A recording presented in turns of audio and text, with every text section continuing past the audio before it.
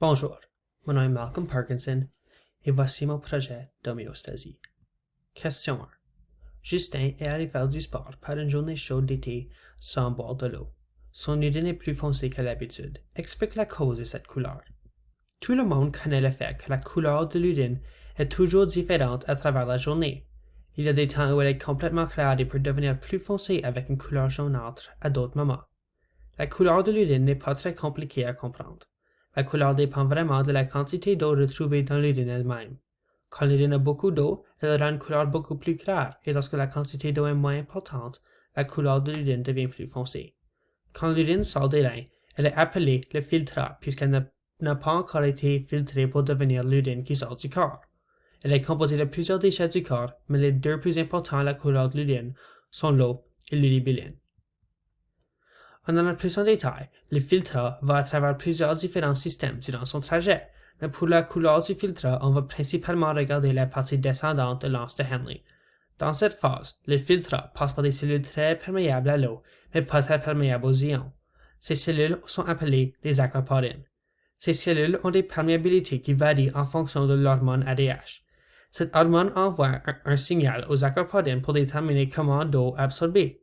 Si un ADH plus élevé, les aquaporines vont devenir plus perméables à l'eau et donc absorber plus d'eau. Donc, ces systèmes vont absorber l'eau du filtrat au besoin en se servant d'osmose. Cela fait donc que la quantité d'eau dans le filtrat continue à diminuer à travers ce processus, ce qui cause la couleur foncée de l'urine.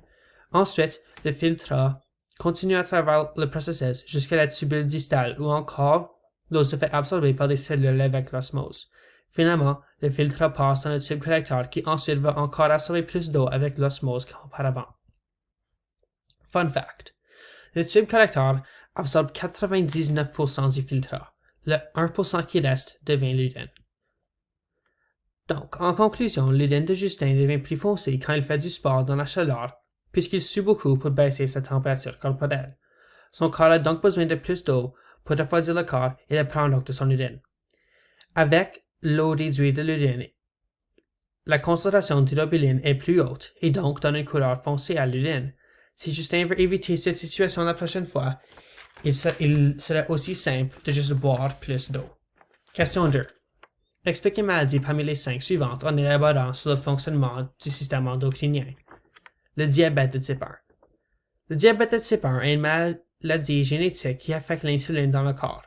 Quand quelqu'un a le diabète de type 1, leur corps détruit les cellules du pancréas qui créent l'insuline. Cette maladie peut venir de quelques raisons, comme une histoire familiale ou une présence de certains gènes. Cette maladie se lie avec le système endocrinien en majorité avec le pancréas. La maladie du diabète a un impact négatif sur l'insuline produite dans le pancréas. Ceci est puisque dans le pancréas, on retrouve des cellules alpha et des cellules bêta. Par contre, seulement les cellules bêta sont importantes dans la production de l'insuline. C'est les cellules bêta elles-mêmes qui créent l'insuline dans notre corps. Quand une personne a le diabète de type 1, le système immunitaire détruit les cellules bêta dans le pancréas. Ceci fait donc que le corps n'est pas capable de créer de l'insuline. Ceci est important puisque l'insuline aide à la régulation du glucose dans le corps. Donc avec un manque d'insuline, le corps ne pourra pas réguler le glucose. En plus de ceci, les cellules bêta jouent un rôle extrêmement important dans la boucle de réaction positive et négative. Dans la boucle de réaction, on trouve 2 rôles importants, les récepteurs et les intégrateurs. Les récepteurs envoient des messages aux intégrateurs pour aider à maintenir l'homéostasie dans le corps. Le problème dans le cas des cellules bêta est que les cellules servent comme les récepteurs et les intégrateurs dans le système de rétroaction. Ceci explique donc pourquoi le corps ne régule plus le niveau de glucose, puisque les cellules bêta ne renvoient plus les messages pour créer l'insuline, parce qu'elles sont toutes détruites. Dans la vie de tous les jours, des personnes avec le diabète de type 1 doivent s'injecter avec l'insuline pour réguler leur niveau de glucose dans le corps et se maintenir en bonne santé. Question 3. Situation.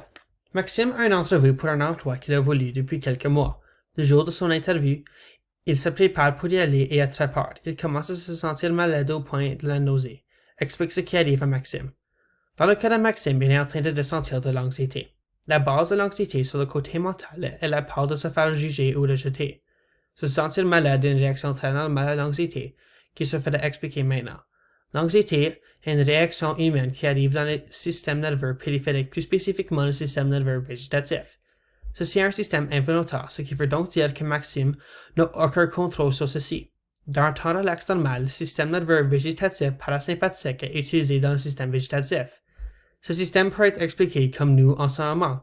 On est calme et dans un état normal. Au contraire, le système est souvent connu sous l'expression anglaise fight or flight. Ce système est le système nerveux végétatif sympathique. Ce système est engagé quand le corps se sent en danger. Quand ce système s'engage, le corps mobilise tous ses systèmes pour se préparer à une urgence. Cette préparation peut causer des effets comme un sentiment de nausée et de maladie. Par contre, l'anxiété arrive quand le cerveau convainc le corps qu'il est en danger et donc ce système s'engage tandis que l'utilité de base de ce système est pour se défendre d'un prédateur. Donc, quand Maxime se sent malade avant son interview, il est en train d'engager de l'anxiété. Cela engage le système nerveux végétatif sympathique qui commence à mobiliser tous les organes, ce qui peut causer une maladie. La fin. Merci beaucoup.